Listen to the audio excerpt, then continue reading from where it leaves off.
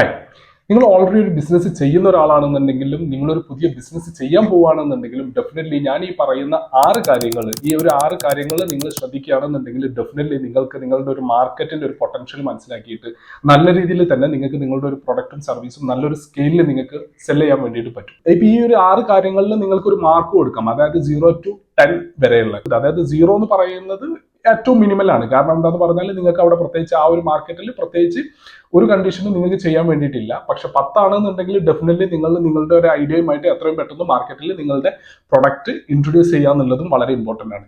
ഇനി in case അതൊരു മീഡിയത്തിലാണ് നിൽക്കുന്നതെന്നുണ്ടെങ്കിൽ നിങ്ങളുടെ ഒരു കറക്റ്റ് മാർക്കറ്റ് സ്റ്റഡി നടത്തിയിട്ട് ഏതാണോ ഏറ്റവും ബെസ്റ്റ് എന്നുള്ളത് നോക്കിയിട്ട് അതിനനുസരിച്ചിട്ട് ചേഞ്ചസ് വരുത്തിയിട്ട് നിങ്ങൾക്ക് നിങ്ങളുടെ ഒരു പ്രൊഡക്റ്റും സർവീസും മാർക്കറ്റിൽ ഇൻട്രൊഡ്യൂസ് ചെയ്യാൻ പറ്റുന്നതാണ്. നമ്മുടെ ഒരു പ്രൊഡക്റ്റിനും അല്ലെങ്കിൽ നമ്മുടെ ഒരു സർവീസിനും എത്രത്തോളം സാധ്യതയുണ്ട് എന്നുള്ളത് ഞാൻ ഈ പറയുന്ന 6 കാര്യങ്ങൾ വെച്ചിട്ട് നിങ്ങൾക്ക് വിലയിരുത്താൻ പറ്റുന്നതാണ്.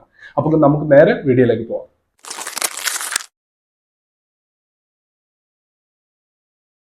ഒന്നാമത്തെ കാര്യം എന്ന് പറയുന്നത് അർജൻസിയാണ്. അതായത് നിങ്ങളുടെ ഒരു പ്രൊഡക്റ്റും സർവീസും ആ ഒരു മാർക്കറ്റിൽ എത്രത്തോളം അർജൻസി ഉണ്ട് എന്നുള്ളത്, അതായത് കൺസ്യൂമേഴ്സിന് എത്രത്തോളം ആവശ്യമുണ്ട് എന്നുള്ളത് നോക്കുക എന്നുള്ളത് വളരെ ഇമ്പോർട്ടൻ്റ് ആയിട്ടുള്ള ഒരു കാര്യമാണ്.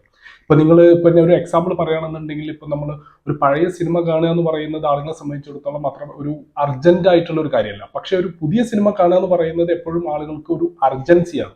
അപ്പൊ ആ രീതിയിൽ നിങ്ങൾ മാർക്കറ്റിന് വിലയിരുത്തുക. അതായത് നിങ്ങളുടെ ഒരു പ്രൊഡക്റ്റിന്റെയും സർവീസിന്റെയും അർജൻസി എത്രത്തോളം ആ ഒരു മാർക്കറ്റിൽ ഉണ്ട് എന്നുള്ളത് നോക്കിയിട്ട് അതിനനുസരിച്ചിട്ട് നിങ്ങൾക്ക് നിങ്ങളുടെ പ്രൊഡക്റ്റ് മാർക്കറ്റിൽ ഇൻട്രൊഡ്യൂസ് ചെയ്യാൻ പറ്റുന്നതാണ്. രണ്ടാമത്തെ കാര്യം എന്ന് പറയുന്നത് മാർക്കറ്റ് സൈസ് ആണ്. അതായത് എത്രത്തോളം ആവശ്യക്കാരുണ്ട് നിങ്ങളുടെ ഒരു പ്രൊഡക്റ്റിന് അല്ലെങ്കിൽ നിങ്ങളുടെ ഒരു സർവീസിന്, നിങ്ങൾ മാർക്കറ്റിലേക്ക് കൊണ്ടുവരുന്ന ഒരു സർവീസിന് എത്രത്തോളം ആവശ്യക്കാരുണ്ട് എന്നുള്ളത് മനസ്സിലാക്കുക എന്നുള്ളതും വളരെ ഇമ്പോർട്ടൻ്റ് ആയിട്ടുള്ള ഒരു കാര്യമാണ്. കാരണം നിങ്ങൾ കൊണ്ടുവരുന്ന ഒരു പ്രൊഡക്റ്റ് അല്ലെങ്കിൽ ഒരു സർവീസിന് ആവശ്യക്കാരില്ല എന്നുണ്ടെന്നുണ്ടെങ്കിൽ ഡെഫിനറ്റ്ലി അത് നിങ്ങൾക്ക് മാർക്കറ്റിലേക്ക് കൊണ്ടുവന്നിട്ട് വിജയിപ്പിക്കാൻ വേണ്ടിയിട്ട് പറ്റില്ല. അപ്പൊ നിങ്ങൾ എപ്പോഴും ചിന്തിക്കുക, നിങ്ങളുടെ ആ ഒരു മാർക്കറ്റ് സൈസ്, നിങ്ങൾ കൊണ്ടുവരുന്ന ഒരു പ്രൊഡക്റ്റിന്റെയും നിങ്ങളൊരു സർവീസിന്റെയും ഒരു മാർക്കറ്റിന്റെ ഒരു സൈസ് എത്രയാണ്, അതിൽ എത്രത്തോളം ആവശ്യക്കാരുണ്ട് നിങ്ങളുടെ ഒരു പ്രൊഡക്റ്റിന് എന്നുള്ളത് നോക്കി മനസ്സിലാക്കുക എന്നുള്ളതും വളരെ ഇമ്പോർട്ടൻ്റ് ആയിട്ടുള്ള ഒരു കാര്യമാണ്. മൂന്നാമത്തെ കാര്യം എന്ന് പറയുന്നത് പ്രൈസിങ് പൊട്ടൻഷ്യൽ ആണ്. അതായത് നിങ്ങളുടെ ഒരു പ്രൊഡക്റ്റിന്റെ പ്രൈസ് എത്രത്തോളം ഇമ്പോർട്ടൻ്റ് ആണ് ആ മാർക്കറ്റിൽ എന്നുള്ളത് വളരെ ഇമ്പോർട്ടൻ്റ് ആയിട്ടുള്ള നിങ്ങൾ മനസ്സിലാക്കേണ്ട ഒരു കാര്യമാണ്. കാരണം എന്താണെന്ന് പറഞ്ഞാൽ ഇപ്പൊ നമുക്കൊരു ലോലിപോപ്പ് അല്ലെങ്കിൽ ഒരു ചൂയിങ്കം നമുക്ക് ചിലപ്പം 1 രൂപക്കോ 5 രൂപക്കോ മേടിക്കാൻ വേണ്ടിയിട്ട് പറ്റും. പക്ഷെ ഒരു എയർക്രാഫ്റ്റ് മേടിക്കുക എന്ന് പറഞ്ഞിട്ടുണ്ടെങ്കിൽ അതിന് നമ്മൾ ബില്യൺസ് ചെലവഴിക്കണം. അപ്പൊ ആ രീതിയിൽ നിങ്ങളുടെ ഒരു പ്രൊഡക്റ്റിന്റെ ആവശ്യം ആ ഒരു കൺസ്യൂമേഴ്സിന്റെ ഇടയിൽ മനസ്സിലാക്കിയിട്ട് അതിനനുസരിച്ചിട്ട് നിങ്ങളുടെ ആ ഒരു പ്രൊഡക്റ്റിന്റെ പ്രൈസ് നിങ്ങൾക്ക് നിശ്ചയിക്കാൻ വേണ്ടിയിട്ട് പറ്റണം. അപ്പൊ അതിനനുസരിച്ചിട്ടുള്ള ഒരു മാർക്കറ്റ് സ്റ്റഡി നടത്തുക എന്നുള്ളത് വളരെ ഇമ്പോർട്ടൻ്റ് ആയിട്ടുള്ള ഒരു കാര്യമാണ്. നാലാമത്തെ കാര്യം എന്ന് പറയുന്നത് കോസ്റ്റ് ഓഫ് കസ്റ്റമർ അക്വസിഷൻ ആണ്. അതായത് ഒരു കസ്റ്റമർ അക്വയർ ചെയ്യണമെന്നുണ്ടെങ്കിൽ എത്രത്തോളം നിങ്ങൾ ചെലവഴിക്കണം എന്നുള്ളതും അറിയാമെന്നുള്ളത് വളരെ ഇമ്പോർട്ടൻ്റ് ആയിട്ടുള്ള ഒരു കാര്യമാണ്. കാരണം ഇപ്പൊ നിങ്ങൾ നല്ലൊരു പ്രൊഡക്റ്റ് കൊണ്ടുവന്നു, പക്ഷെ അതിലേക്കൊരു കസ്റ്റമറെ നിങ്ങൾക്ക് കൊണ്ടുവരണം എന്നുണ്ടെങ്കിൽ നിങ്ങൾ അതിനേക്കാളും വലിയ രീതിയിലുള്ള ഒരു എക്സ്പെൻസ് നിങ്ങൾക്ക് ചിലവാകുന്നുണ്ട് എന്നുണ്ടെങ്കിൽ ഡെഫിനറ്റ്ലി നിങ്ങളുടെ പ്രൊഡക്റ്റ് ആ മാർക്കറ്റിൽ നിങ്ങൾക്ക് സെൽ ചെയ്യാൻ പറ്റില്ല, നിങ്ങൾക്ക് പ്രോഫിറ്റബിൾ ആവാൻ വേണ്ടിയിട്ട് പറ്റില്ല. അപ്പൊ നിങ്ങൾ എപ്പോഴും ഒരു പ്രൊഡക്റ്റ് കൊണ്ടുവരുമ്പോൾ അതിന്റെ ഒരു കസ്റ്റമർ അക്വസിഷൻ കോസ്റ്റ് എത്രയാണെന്നുള്ളത് ആദ്യം തന്നെ മനസ്സിലാക്കുക എന്നുള്ളത് വളരെ ഇമ്പോർട്ടൻ്റ് ആയിട്ടുള്ള ഒരു കാര്യമാണ്. ഒരു എക്സാമ്പിൾ എടുക്കുകയാണെന്നുണ്ടെങ്കിൽ റെസ്റ്റോറൻറ്റ്സിൽ എന്ന് പറയുന്നത് ട്രാഫിക് ഹൈ ആയിരിക്കും. അവർക്ക് വളരെ ചെറിയ ചെലവ് തന്നെ അവർക്ക് കസ്റ്റമേഴ്സിനെ അവരുടെ റെസ്റ്റോറൻറ്റിലേക്ക് കൊണ്ടുവരാൻ വേണ്ടിയിട്ട് പറ്റും. പക്ഷേ അതിന്റെ മറ്റൊരു എക്സാമ്പിൾ പറയുകയാണെന്നുണ്ടെങ്കിൽ ഇപ്പൊ നമുക്കൊരു ഗവൺമെന്റ് കോൺട്രാക്ട് ഒക്കെ കിട്ടണമെന്നുണ്ടെങ്കിൽ ഡെഫിനറ്റ്ലി കോൺട്രാക്ടേഴ്സ് നല്ല രീതിയിലുള്ള വലിയ എമൗണ്ട് കൊടുത്താൽ കഴിഞ്ഞാൽ മാത്രമേ അവർക്ക് ആ ഒരു കോൺട്രാക്ട് അവർക്ക് ഏറ്റെടുക്കാൻ വേണ്ടിയിട്ട് പറ്റുള്ളൂ. അപ്പൊ ഈ ഒരു കാര്യം നിങ്ങൾ വളരെയധികം ശ്രദ്ധിക്കുക. അപ്പൊ നിങ്ങളൊരു പ്രൊഡക്റ്റ് കൊണ്ടുവരുമ്പോൾ അതിന്റെ ഒരു കസ്റ്റമർ അക്വസിഷൻ കോസ്റ്റ് എന്ന് പറയുന്നത് വളരെ ഇമ്പോർട്ടൻ്റ് ആണ്. അപ്പൊ അത് നിങ്ങൾ മനസ്സിലാക്കിയിട്ട് അതിൽ നിന്നുകൊണ്ട് നിങ്ങളുടെ ഒരു പ്രൊഡക്റ്റ് നിങ്ങൾ കൊണ്ടുവരാൻ വേണ്ടിയിട്ട് മാർക്കറ്റിലേക്ക് കൊണ്ടുവരാൻ വേണ്ടിയിട്ട് ശ്രദ്ധിക്കുക. അഞ്ചാമത്തെ കാര്യം എന്ന് പറയുന്നത് കോസ്റ്റ് ഓഫ് ഡെലിവറി ആണ്. അതായത് നിങ്ങളുടെ ഒരു പ്രൊഡക്റ്റ് കസ്റ്റമറിലേക്ക് എത്തിക്കാൻ വേണ്ടിയിട്ട് എത്ര രൂപ നിങ്ങൾക്ക് ചിലവാകുന്നുണ്ട് എന്നുള്ളത് വളരെയധികം നിങ്ങൾ ഉറപ്പുവരുത്തേണ്ട ഒരു കാര്യമാണ്. കാരണം എന്താണെന്ന് പറഞ്ഞാൽ ഇപ്പോൾ നിങ്ങൾക്കൊരു ഫയൽ ടു ഫയൽ ഒരു കമ്പ്യൂട്ടറിൽ നിന്ന് വേറൊരു കമ്പ്യൂട്ടറിലേക്ക് നിങ്ങൾക്ക് ഫയൽ അയക്കുക എന്ന് പറയുന്നത് വളരെ ഈസി ആയിട്ടുള്ള ഒരു കാര്യമാണ്. പ്രത്യേകിച്ച് ഒരു എക്സ്പെൻസ് വരുന്നില്ല. പക്ഷെ നിങ്ങൾക്കൊരു പ്രൊഡക്റ്റ് ബിൽഡ് ചെയ്തിട്ട് അത് കസ്റ്റമറിലേക്ക് നിങ്ങളൊരു പ്രൊഡക്റ്റ് എത്തിക്കുക എന്ന് പറയുമ്പോൾ ചിലപ്പോൾ നിങ്ങൾക്ക് അതിനുള്ള ഒരു ഫാക്ടറി സെറ്റപ്പ് ചെയ്യേണ്ടി വരും. അതിനുള്ള ഇൻവെന്ററി കാര്യങ്ങളൊക്കെ വെച്ച് നോക്കുമ്പോൾ നിങ്ങൾക്ക് വലിയൊരു എമൗണ്ട് തന്നെ വേണ്ടി വരും.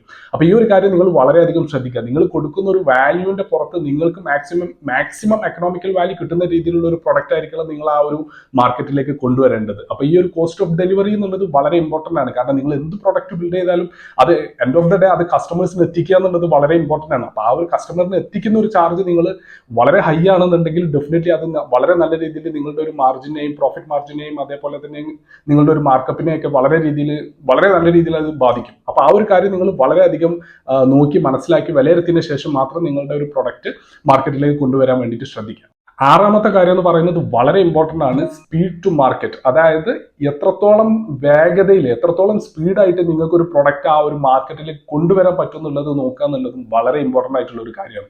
ഇപ്പോൾ നിങ്ങൾക്ക് ഒരു റെസ്റ്റോറൻറ്റ് ബിൽഡ് ചെയ്യാന്ന് പറയുന്നത് വളരെ ഈസി ആയിട്ടുള്ള ഒരു കാര്യമാണ്. പക്ഷേ നിങ്ങൾക്കൊരു ബാങ്ക് ബിൽഡ് ചെയ്യണമെന്നുണ്ടെങ്കിൽ ഡെഫിനറ്റ്ലി അതിന് ഒരുപാട് സമയം നിങ്ങൾ കാത്തിരിക്കേണ്ടി വരും. ഇയേഴ്സ് ഓഫ് ടൈം നിങ്ങൾ അതിന് സ്പെൻഡ് ചെയ്യേണ്ടി വരും. അപ്പോൾ ആ ഒരു കാര്യം നിങ്ങൾ വളരെയധികം ശ്രദ്ധിക്കുക. നിങ്ങൾ എന്ത് പ്രൊഡക്റ്റ് കൊണ്ടുവരികയാണെന്നുണ്ടെങ്കിലും അതിൻ്റെ ഒരു സ്പീഡ് വളരെ ഇമ്പോർട്ടൻ്റ് ആണ്. ചിലപ്പോൾ നിങ്ങളുടെ അടുത്ത് നല്ലൊരു യൂണിക് ഐഡിയ ആയിരിക്കും, നിങ്ങൾ നല്ല രീതിയിൽ അതിൻ്റെ ബാക്ക് എൻഡിൽ നന്നായിട്ട് വർക്ക് ചെയ്തിട്ടുണ്ടാവും. പക്ഷെ അത് മാർക്കറ്റിലേക്ക് കൊണ്ടുവരുമ്പോഴത്തേക്കും ചിലപ്പോൾ വേറെ ആരെങ്കിലും അത് ഓൾറെഡി മാർക്കറ്റിലേക്ക് എത്തിച്ചിട്ടുണ്ടെന്നുണ്ടെങ്കിൽ അത് നിങ്ങളുടെ ഒരു പ്രൊഡക്ടിവിറ്റിനെ വളരെ നല്ല രീതിയിൽ എഫക്ട് ചെയ്യും. അപ്പോൾ നിങ്ങൾ എന്ത് സാധനം കൊണ്ടുവരികയാണെന്നുണ്ടെങ്കിലും അത് വളരെ സ്പീഡായിട്ട് തന്നെ മാർക്കറ്റിലേക്ക് എത്തിക്കാൻ വേണ്ടിയിട്ട് ശ്രദ്ധിക്കുക. അപ്പൊ ഈ പറഞ്ഞ 6 കാര്യങ്ങളും വളരെ ഇമ്പോർട്ടൻ്റ് ആണ്. അപ്പൊ ഈ ഒരു പറഞ്ഞ 6 കാര്യങ്ങളിൽ നിന്നുകൊണ്ട് തന്നെ നിങ്ങളുടെ ഒരു പ്രൊഡക്റ്റും സർവീസും കസ്റ്റമേഴ്സിന് മാക്സിമം പ്രോഫിറ്റിൽ മാക്സിമം നല്ല ഒരു മാർക്കപ്പിൽ നിങ്ങൾക്ക് സെല് ചെയ്യാൻ പറ്റുകയാണെന്നുണ്ടെങ്കിൽ ഡെഫിനറ്റ്ലി നിങ്ങൾക്ക് അവിടെ നല്ല രീതിയിലുള്ള ഒരു ബിസിനസ് ബിൽഡ് ചെയ്യാൻ വേണ്ടിയിട്ട് പറ്റും, നല്ല രീതിയിലുള്ള ഒരു സക്സസ്ഫുൾ ബിസിനസ് ബിൽഡ് ചെയ്യാൻ വേണ്ടിയിട്ട് പറ്റും. അപ്പൊ നിങ്ങൾ എന്ത് ബിസിനസ്സിലേക്ക് പോകുകയാണെന്നുണ്ടെങ്കിലും ഈ 6 കാര്യങ്ങൾ വെച്ചിട്ട് നിങ്ങൾ വിലയിരുത്തുക, നിങ്ങളുടെ ഒരു മാർക്കറ്റ് സ്റ്റഡി നടത്തുക, അതിനുശേഷം നിങ്ങളുടെ പ്രൊഡക്റ്റ് നിങ്ങൾ മാർക്കറ്റിൽ ഇൻട്രൊഡ്യൂസ് ചെയ്യുക. അപ്പൊ ഇത്രയേ ഉള്ളൂ ഇന്നത്തെ വീഡിയോ. അപ്പൊ ഈ വീഡിയോ നിങ്ങൾക്ക് ഇഷ്ടപ്പെട്ടിട്ടുണ്ടെന്നുണ്ടെങ്കിൽ തീർച്ചയായിട്ടും നിങ്ങൾക്ക് ലൈക്ക് ചെയ്യാം, സബ്സ്ക്രൈബ് ചെയ്യാം. മറ്റൊരു വീഡിയോയുമായിട്ട് നമുക്ക് അടുത്ത ദിവസം കാണാം. അതുവരെ ബൈ.